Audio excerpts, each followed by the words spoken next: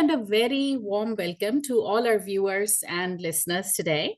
I am Ruchi Dwivedi, hosting the SheSight podcast.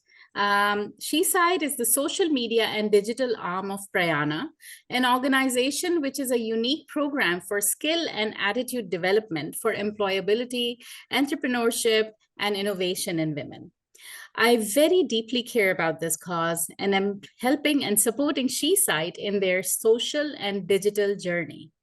Our guest today is Shobha Tharoor Srinivasan. Welcome, Shobha ji. Shobha Tharoor Srinivasan is an award-winning children's author, poet, and voiceover talent. She has published a dozen children's books in India and the United States, including Prince with a Paintbrush, which rapidly became part of the national zeitgeist in India when Amitabh Bachchan used the book as a clue on Kaun Banega Crorepati. Her work has been widely anthologized and excerpted for school curricula in India. Shobha's first book for adults, Good Innings, was published by Penguin Random House in 2022. It's Time to Rhyme received the 2022 Best Children's Book of the Year from Publishing Next. It's a book for ages 8+. Shobha is a regular speaker on panels and a frequent guest at literary festivals. She has been featured on radio and TV, profiled in magazines, and one of her stories was dramatically performed by Silicon Valley Shakespeare, California. Shobha records voice work for documentaries, educational programs, journalistic initiatives, and audiobooks, and her distinct mellifluous voice embellishes her own narratives as well. Shobha was also a former nonprofit development professional who worked as an advocate and fundraiser for persons with disabilities for almost 2 decades. In 2022, Shobha won the prestigious National Film Award in India for Best Voiceover Narration for the film Rhapsody of Rains, Monsoons of Kerala. Welcome again, Shobha, to this podcast today, and thank you for your time today. Thank you, Ruchi. It's a pleasure to speak to this group. Our first question, Shobha, to ask you today is, you have a diverse professional background, spanning voiceover artistry, poetry, advocacy for persons with disabilities, and writing. In terms of fictional writing, how do you see this field today? Has it evolved from the time that you started? And what got you interested in writing? That's a fairly capacious question, lots to answer. I started writing when I was a child, Ruchi, and luckily my father worked in the newspaper industry, and we had, we lived in a time where there was no television. Television came into our lives in Bombay and Calcutta when I was a teenager, and it began with Kisan shows on Doordarshan 1. Nobody was excited, so we grew up in a world of words. We played word games and all of that. We created stories. We used the power of words as our entertainment, other than on the playground. So I wrote a story when I was a child, and it was my father sent it off to one of the junior sections of a newspaper, and it got published. And once you see your byline, it's very exciting. So to answer your question, what got you interested in writing? Words were always part of our life. We wrote as for fun, and then of course when you see bylines, it excites you. And then I stayed, I came to America as a teenager, studied here, did both my bachelor's and graduate school in literature, worked for the school, the university paper and magazine and all of that. So writing has always been there. In terms of your question, how has it evolved? I think today, writing and first of all, we have books and literature for children that's evolved considerably. There's both diversity in the authors you read, as well as diversity in representation in terms of, the children and the characters represented in stories are also very diverse. So diversity was a big thing in especially in the United States a few years ago. Diversity is big everywhere. The notion is that children want to see themselves in their books. So we see more variety of that kind. And in that sense, it's evolved. I think in terms of books evolving, I would say that there's a little bit more of a sort of hybrid genre sometimes. One of the books that I wrote for children which you very Mhm. sweetly introduced me about the, Kaun Banega Crorepati Clue. Yeah. That was a biography, an illustrated biography on the artist Raja Ravi Verma. And I Mhm. framed it in a very interesting way. We had two narratives. It's sort of a double narrative hybrid genre in some ways, not a traditional illustrated biography, in that the child who is discovering about the artist is also in the narrative.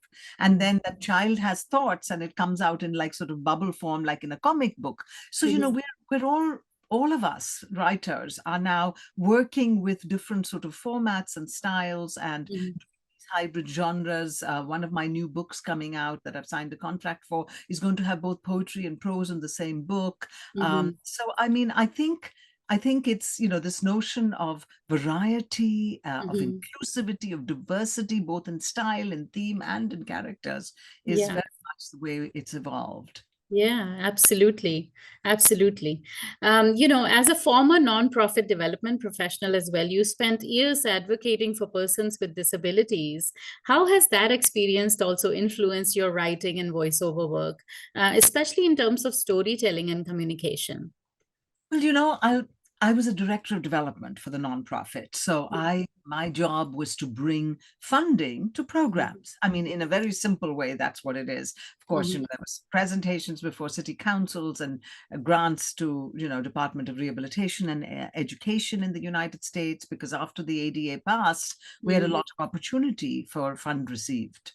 Um, so, what I was going to say is they needed integrity and a compelling narrative to bring monies into programs. Right. In some ways, that integrity and a compelling narrative is what I hope I'm still doing in my Mhm. writing, both for children and for adults.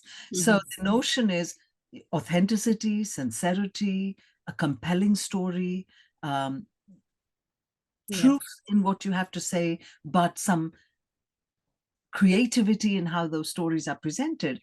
That's partly what it is. So I always say that, people say, oh, you do all these different things, Mhm.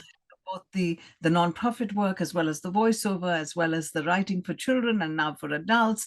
Where do you see that synergy? And I said, well, it's there. Either in voiceover you're using your voice to tell a story, in Mhm. writing you're using your words to tell the story, in the nonprofit grant writing, again, you're using a compelling narrative about projects or people or issues to Yeah. bring in funders. So there is a hybrid, there is a connection, there is that Yes. synergy for sure. Of course. And the person behind it all, right? Yourself, of Thank you. course, is the key connection.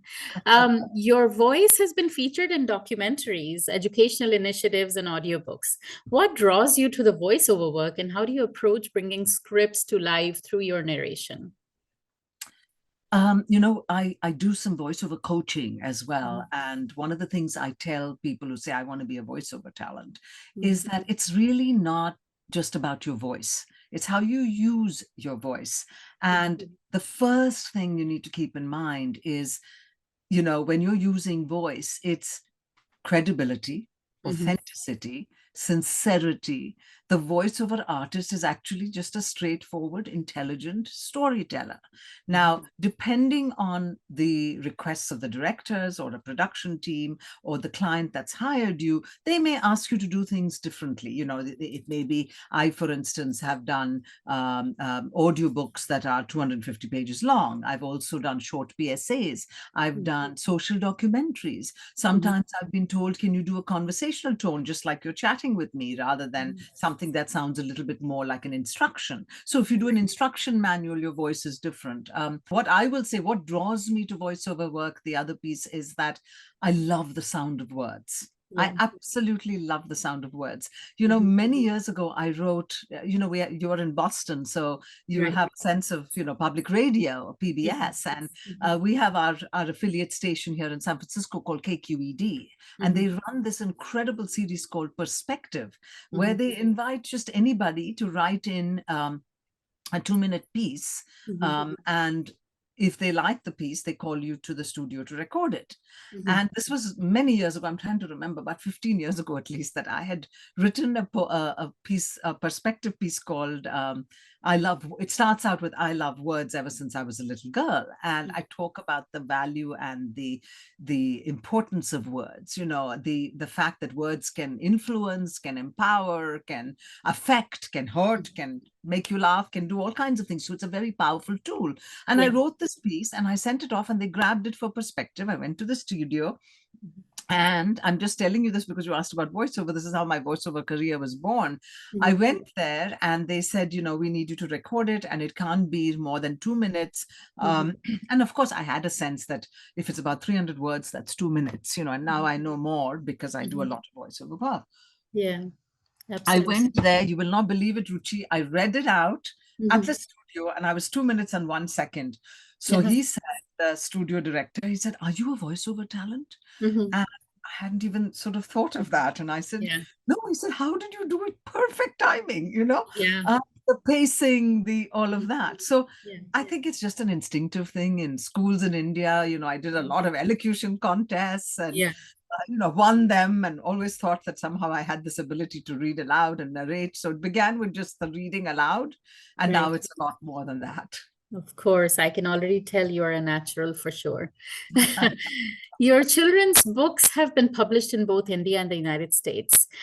Could you share some insights into your writing process for children's literature and how you would tailor your stories for like different cultural contexts like the United States and India and so forth? So, you're going to say, Shobha, you're an outlier or you're Mhm. different. The reality is, I came to America as a teenager, but I came as a girl from India whose Mhm. first sensibilities were definitely from her Matrabhumi and, Mhm. from home. Mhm. I see myself as a global citizen, and I raised my children as global citizens. And now my children raise their children as well. My daughter has children, my son does Mhm. not. But, Mhm. we are in a world today, Ruchi, where I think all of us are global citizens. It's not Yes. just me. Mhm. We've the much used "world is flatline" from Tom Friedman Mhm. is true on so many levels. We all have access through the internet and the World Wide Web and all of that to worlds that are outside of our drawing room, outside of our neighborhoods, outside of all of that. So my Mhm. writing also reflects a universal sensibility.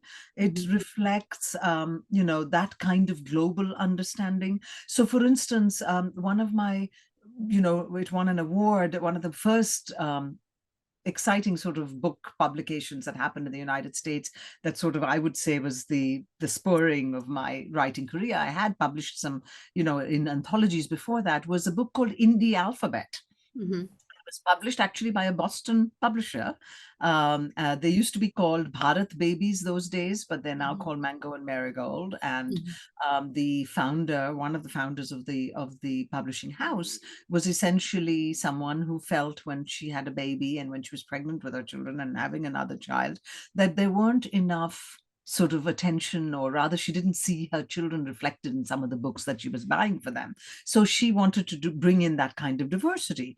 But in the alphabet, when I wrote the book, is even though it's an alphabet journey through India, which is the country of my birth, it Mhm. is a book that I don't feel is only for Indian Americans. And, Mhm. the book has gone to the Berkeley Book Festival and to many festivals, and people love it. And, school teachers come in and say, we have many children in our classroom, some who are Indian, some who are not. And Mhm. they're all friends with each other. And other children want to know more about this particular person who's in their class, who's as American as them, but who perhaps comes from an ancestry that's different. Right. So that interest has always been there. My daughter, for instance, was the first American. Have you heard of the American Doll? I don't know if it's still there, but American Doll, yes, my daughter bought it when she was 5. Yes, there yes. you are. So my daughter, when she was little, was the Mhm. first Indian American paper doll in the American Girl magazine. We Mhm. used to have Wow. a subscription, and Mhm. at that time they didn't have Indian American, and so she wrote to them saying, "Can I be a paper doll?" And we had to furnish photos of our history and my grandmothers and all of that with pictures and information, and she became a paper doll. So this was Mhm. many many years ago. But what I'm Right. saying is the interest in wanting to know other cultures is always there. So Right. to answer I mean, it's a long answer for your question. Mhm. Even though my books have been published both in the United States and in in India, the stories, the themes are universal and appeal to all readers. So, for Agree. instance, another book that was published in the United States was called How Many Lines in a Limerick? And it's a poetry book. It teaches poetic forms as well as has some really fun, whimsical poems. And so it's basically a collection of poetry. That book, when I offered it to a publisher in India, they grabbed it and they loved it. And it's the one that won the Publishing Next Award. So, and you won't believe it, I haven't really changed any of the poems. So it's essentially the Indian edition of the American book. And Yeah. I've taken that book in India all over to so many schools in many cities all over India. Children absolutely love it. So, it doesn't matter if you're a child sitting in Delhi or Baroda or, or Gwalior, or whether you're sitting in Boston or, or San Francisco, that kind of appeal is universal. Right, right. No, absolutely. That takes us to childhood yet again. And, we are going to ask you, tell us a bit about your growing up years, your dynamics with your family, your siblings, and what you had the most fun doing. I grew up in an India where, I was fortunate. My father had access to a lot of things because he was in media. So we were exposed to, we had the opportunity, we had a privileged upbringing in a city where we could go to libraries, pick up books, all of that. But we also grew up at a time where there was no television. There was no, we listened to Binaka Geetmala or, Hamid Sayani's music and, the Western pop and all of that. We had a big gramophone and we listened to music. We went outside to the playground to play with our friends. But essentially, our entertainment was books, and words. And, since my father, as I said, was a newspaper man, we had 5 or 6 newspapers coming delivered to the house every day. We all had the habit of reading the paper. And then, of course, when I was little, I may not have read it, but later reading it, even if it's a section that appeals to you, reading the children's section or whatever, you start out that way. And later I wrote, in the middle section in Times of India and all that, where the adults, you have these reflective pieces. I've sent things in. So the notion of reading, writing was very much part of our life. And my brother, who is quite well known, is a person who has published 25 books. And his first book was actually a novel that was syndicated. So it was it came, not syndicated, sorry, anthologized. It came every week or every month when he was 10 years old in the Free Press Journal. Which was a newspaper in Bombay in those days. And it was, he wrote a book about some kind of adventure story because that's what he was reading in those days. And they grabbed it and, it was fantastic. It was published. So, he's been publishing since the age of 10 and I'm, younger than he is by a few years. So it's somebody to look up to, that kind of, role model. And he's definitely been a huge champion of my writing and my work. Always pushing me to push boundaries further. And and my daughter now is a professor of English. We're very much in the sort of literary world. Of course, yes.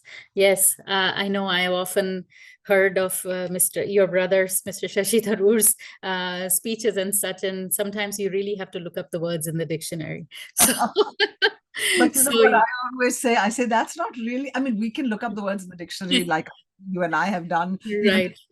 I still remember a word I learned called pusillanimous. And I'll tell you the book I learned it in. I was in class 8. It was a book called My Family and Other Animals by Gerald Durrell.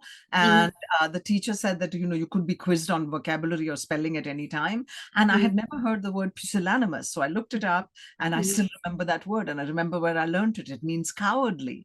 So, you're right. Sometimes we have to look things up. But I always say, Shashi does not speak to confuse. He speaks to improve our language in some ways if we want, right? His whole purpose is communication, not confusion. Of course.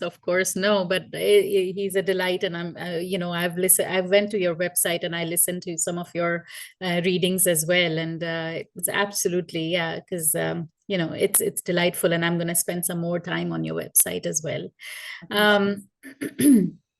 Our next question is, your voice has been described as the natural and elegant speaking style with a global accent. How do you embrace and celebrate your unique vocal identity in your voiceover work? Well, how do I embrace and celebrate? I think it's for somebody else to embrace and celebrate me. It's hard for me to, but I do embrace the fact that I studied with Irish nuns in school, so my accent is what, when I first came to America, they said, "Oh, you sound very British." Mm-hmm. But we've all come. I came, I came as a teenager, actually, a long, long time ago, at a time Mm-hmm. when people would say, "Oh, you people speak English very well," and then you Mm-hmm. had to explain about colonization and about the fact that I dream, read, think in English, and it's not unusual that I speak English, right? Yeah. So, those kind of corrections we've had to do with friends, and it's not out of any kind of rudeness, but really a lack of awareness. And so it was our responsibility to sort of inform our peers, inform our neighborhood that, we all had this opportunity, that many of us in America, this wonderful, glorious country, is also a land of immigrants, and we all Yeah. speak with many different voices, right? Right. So my voice, very often when I'm hired, they do say that it is a little global, and Mm-hmm. what they mean is it's not Pakka British, but it's not very American fully. It doesn't have necessarily a very, again, when somebody says, I was hired by Ford Foundation to do a little 2-minute segment once, and they said, "Can you do an Indian accent?" And I said, "What is an Indian accent?" I said, "We all have different accents from different regions of India." Yeah. And so what do you mean? And they said, "No, but you're sounding a little too polished. Can you change it?" Or, "It sounds British." And, so whatever the directors want, I'm after all just being hired, and they pay me Mm-hmm. to do certain things with my voice. And as a voice talent, you should be available and, able to do that. So I Right. changed the voice a little bit. Made it a little bit my notion of a little sing song, the Yeah. wonderful variety of the music of our voice. I think in India we have such wonderful musicality sometimes in the way we speak, because Right. everybody speaks very differently, and Mhm. the slowness at certain emphasis and all of that. So I did that, and it worked, and I got paid. So but how do I embrace it? Depending on what people want. I'm Mhm. very proud of the fact that I can be a little bit of, to use Woody Allen's word, a Mhm. zealot. A zealot Mhm. sort of can change their voice. Mhm. I can, when I'm in English, when I'm in England, I feel my voice becomes more British. Mhm. The whole idea is that you want to be understood. Mhm. You want to be Right. understood when you speak to people. And if you are going to be really strict about how you speak, and I will only speak in a particular way, sometimes people don't understand. So Yes. change, if we're able to, the way our tonality, our voice, our Mhm. moderation, etc., just so we are understood. So that's the job of, of that is what I embrace, Yeah. more than the fact that, I appreciate that it's natural. It is Mhm. natural. It Mhm. comes directly from me. I don't feel like I have to like put on a voice unless I'm asked to do that. Mhm. We've auditioned for like they'll say do a Russian voice, then I have to look up on Google what does a Russian voice Right. sound like, and Yeah. that. Right. All right, Shobha. So, the next question is about really what advice would you have to aspiring writers and voiceover artists and advocates who are looking to pursue diverse creative paths similar to yours? Thank you. Yeah. Well, essentially, you need to feel a sense of passion towards whatever it is you want to do, and that is, it's, I'm not saying anything unique. You need to have a sincere interest in it. You can't say I want to be a writer because my friend is a writer and I think everybody can write. It should be Mhm. something that really comes from within, that you have a message to share. So I always feel that that kind of sincerity towards whatever it is you wish to do is important. Mhm. Talent can be honed. I don't believe that, it is true that some of us may find we are doing better at poetry, or that we prefer writing children's books, or we prefer working in the fantasy sphere, or Yeah. middle grade novels. There are different kinds of writing you can do, or we would, like to write blogs, or essays. There's so many different ways you can write. So the same thing with voiceover work. If you really are committed, you feel that you have the time, the investment, to sort of learn some skills, to coach, to go through coaching, to understand how to be a voiceover talent, Mhm. to invest and spend some money in the right kind of equipment. You need to be able to do all of that. So Yeah. essentially, if I was to summarize it all in all fields: Mhm. sincerity, Mhm. persistence. I mean, these are all things we've all heard of from our Dadima onwards, but Mhm. we need to be persistent. We need to also, the most important thing, and this was there as a development director, Mhm. when, grants I wrote did not get funded, to as a writer, sending out I have an agent for some of my work at the moment, but Mhm. I worked without an agent for most of my publishing. I've sent it out directly, just what you call cold calls and sales. It's like that. You look up publishers, you look up, funding opportunities, you look up whatever it is that you want to do, clients in the voiceover sphere. And I used to write to people, send them my manuscripts. And you have to be able to deal with rejections, and they come in all areas of life.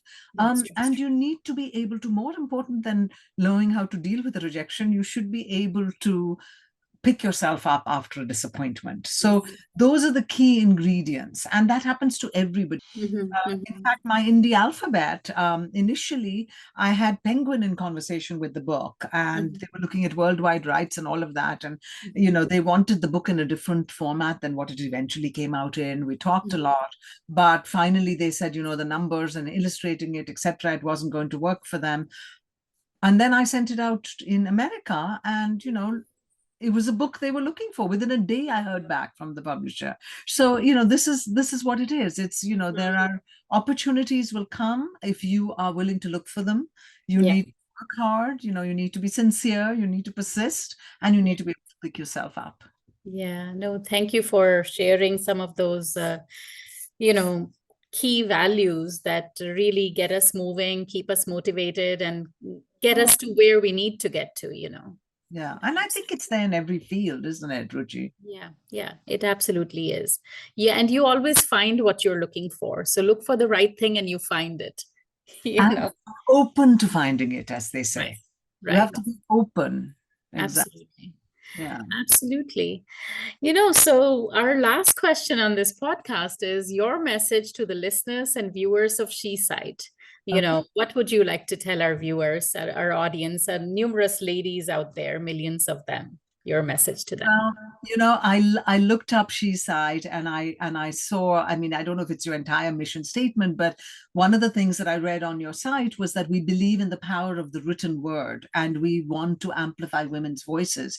And I said, good God, that's entirely my mantra as well. I Mhm, believe in the power of the written word. I want to amplify women's voices, but I also, women essentially hold up half the sky. That's not my line. It actually started with Mao Zedong, but it was mhm, Cheryl Houdin who wrote it, a book called Half the Sky.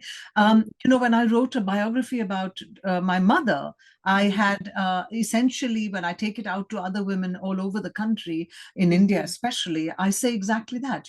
Women, do you know that 82% of biographies are written by men and are about men? So mhm, writing something about my mother in some ways makes me sort of unique, mhm. because it's a story about a woman. And my mother, when I gave her the book, she said, why have you written about me? Why didn't you write about your brother? Why didn't you write about your father? We feel like, women do so much. We wear so Mhm, many hats. We hold up half the sky. We are always, they say that even Indra Nui says there's no such thing as a perfect mother when you're working full time, but we're still doing it all, right? mhm, So, mhm. I have a quote that I'd like to leave as my concluding remark. Of And you course. say, why is it not from, say, Maya Angelou or Audre Lorde or one of the famous women writers? This is a 200-year-old poem. It's by Walt Whitman, who is American. He's a Mhm, well-known poet and a well-known essayist. mhm, And in his book, I Sing the Body Electric, he has some lines about women. And I was thinking, women, read this. This was written 200 years ago. This is us. We can continue to do all of this. You may, if, from a feminist perspective, look at some of those words and say, I'll read it to you and then we can even discuss it if you like. But essentially, hear this. It's a little excerpt, just a few lines from I Sing the Body Electric. okay. Be not ashamed, women. Your privilege encloses the rest and is the exit of the rest. You are the gates of the body, and you are the gates of the soul. The female contains all qualities and tempers them. She is in her place and moves with perfect balance. She is all things duly veiled. She is both passive and active. She is to conceive daughters as well as sons, and sons as well as daughters. It's it gives me goosebumps because it was written such a long time ago. And, I'm familiar with Maya Angelou or Sir Toni Morrison or Audre Lorde or so many other wonderful writers today who Mhm. say incredible things about women. But the fact that even 200 years ago, in a very simple way, this man is saying, in some ways, the crux of all of us, because we may be the vice president of a computer company, but we are very often also a mother or a wife or Mhm. a daughter, a grandmother. Mhm. We have so many So roles many. we play, and it is something we do throughout our life. Yep. So even if you're a child, maybe then you're only a daughter or a sister or a sibling or a friend, but those roles just magnify and grow. And we take on all of that. We learn to be to be soft when we need to. We learn to be strong when we need to. It's an incredible. The older I get, and I'm getting very old rapidly, I feel that I really, really do respect women. I want to be able to engage in this kind of a forum where I can tell women of other ages that you have so much power within you. Mhm. You have so much grace within you. You have so much beauty and creativity and knowledge and Mhm. heart and soul and mind. You know, Mhm. Best wishes. Take it with you. Be open to ideas. Be open to new experiences. Mhm. And the world is out there for you to. All of us are creative. All of us, the more you take, it's like the Akshay Patra in India. You Right. take from it and it grows again. Absolutely. No, thank you so much, Shobha, for sharing those beautiful lines with us and those encouraging words. I agree with you absolutely. We need more and more women to fix each other's crowns, to be the support system and be the mentors and coaches that we all need to get to where we want to get to, and be our support system, really, our Exactly. foundation and our support system. I have some fun questions to ask you, if you permit. Uh, at a personal level, your favorite cuisine, what would it be? Quickly, when I think about it, I was thinking, I love dim sum. I love Asian food. I mean, I like my Indian khana, and the older Mm, I get, I used to like, roti and North Indian food because I grew up in a South Indian household. right. But as I grew up, I find that I do enjoy a lot of the South Indian comfort foods. Uh, Mhm. but if I was to go out to eat, I think dim sum anytime. I love it. Dim sum it is. What are your travel goals? Oh my God, my whole family's teasing me. They're always saying, why can't you have a staycation? Why can't you holiday at home? And I Mhm. said, no, I love my Pablo Neruda line, which says, you start dying slowly if you do not travel. And I'm one of those who just always want to travel. I want to Yeah. see, I want to, like Ulysses in Tennyson's poem, Mhm. I want to drink life to the lees and see new vistas. I just want to see as much as I can. At the moment, my life is very much between India and America. Both my work takes me to both places all the time, and my mother is aging, so my mother's pull and call and love Yeah. takes me to India as well. So there isn't that much time for other kind of travel, but I love it. So what are my travel goals? To see a lot of places before my body gives up. Absolutely. And anything on your bucket list that excites you all the time? Well, I think this is hilarious, but after you're always reading about the big economies, and I have had an opportunity to go to India often, but I've never been to China. And so it was a place I always wanted to go. And I booked 2 or 3 times, but because of my husband's work, we had to cancel. So I'm always joking, saying, if I go leave this world without seeing China, I'm going to come back to haunt somebody. So, doing a Yangtze River cruise, I've read Jun Yang, I've read a lot of, Chinese literature as well. I would love to go to China. I Yeah. would love to see the South Pole. I Mhm. would like to visit Machu Picchu. Maybe Mhm. not do the entire hike to Vanu Picchu and all that. Yeah. Maybe take a train. I'm Mhm. not as rugged as I used to be or as fit. Mhm. Um, Mhm. but I would like to do those things. I want to go to Kashmir. I really. Mhm. I went. My parents took me when I was a child. I've never been back, Yeah. and it is a part of India that I would really, really love to visit. Heaven on earth, truly it is. Yes, that's on my bucket list as well. Yeah. So yeah, no, absolutely great. I'm drawing some inspiration from your bucket list. Uh, favorite leisure activities other than Watching crime dramas on TV. I love it. Probably my way to relax, because I don't read a lot of, Mhm, I mean, only because I don't have time. But when I was a teenager and I read all the crime drama, I would just read for mhm, entertainment, these kind of stories, from James Hadley Chase to whatever, those kind of mhm. exciting murder mysteries and things. Now my reading is, pretty focused. It's usually sort of poetry or critically acclaimed stuff, a lot of nonfiction. So I'm not reading that kind of entertaining books anymore. I don't at all. Uh, Mm, I do read, bestsellers, but critically acclaimed literary novels yeah, and things like yeah, that. So for me, leisure for me is TV, mhm. watching crime dramas, watching even murder mysteries. I love it. I love them all, however pulpy they are. Yeah, absolutely. I really, really appreciate your time today. Thank you for spending some time with us and for this podcast. And I hope that we are doing a second and a third and a fourth one with you soon. But thank you Thank so you. much for Thank you, Ruchi. I appreciate the time that all of you take, volunteers, well-wishers who wish to hear other voices, and I wish you all the very best. Thank you. very, very inspiring. And thank you so much.